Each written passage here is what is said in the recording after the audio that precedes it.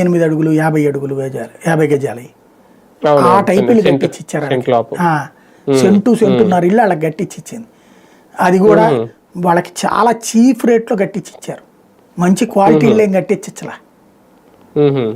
మంచి ఇల్లు కట్టించివ్వడం అనేది బాధ్యత. ఓ డబుల్ బెడ్రూమ్ ఇల్లు కట్టించిస్తే తలకు 100 గజాల్లో ఓ బాధ్యతగా ఉంటుంది.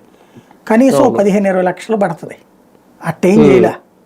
ఓ రకంగా వాళ్ళకి మనం ఏంటంటే మన కర్మల్లా ఏంటంటే సరిగ్గా రిపోర్టింగ్ చేసే వ్యవస్థ లేదు, అలాగే సరిగ్గా మనస్సుతో స్పందించే రాజకీయాలు లేవు.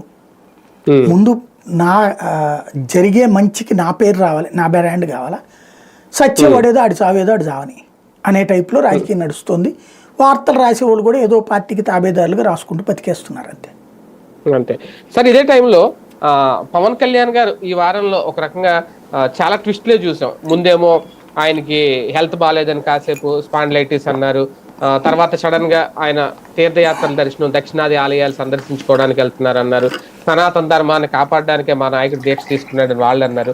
అంటే అసలు ఏం జరుగుతుంది? పవన్ కళ్యాణ్ గారు లేదంటే జనసేన ముందేమో జన సైనికుల్లో ఒక అసంతృప్తి మొదలయ్యి అది జనసేన నాయకుడి వరకు, పవన్ కళ్యాణ్ వరకు వెళ్ళిందా? అందుకే ఈ యాత్రల రాజకీయ కోణంలో అసలు దీన్ని చూడడానికి ఉందా లేదా? ఫస్ట్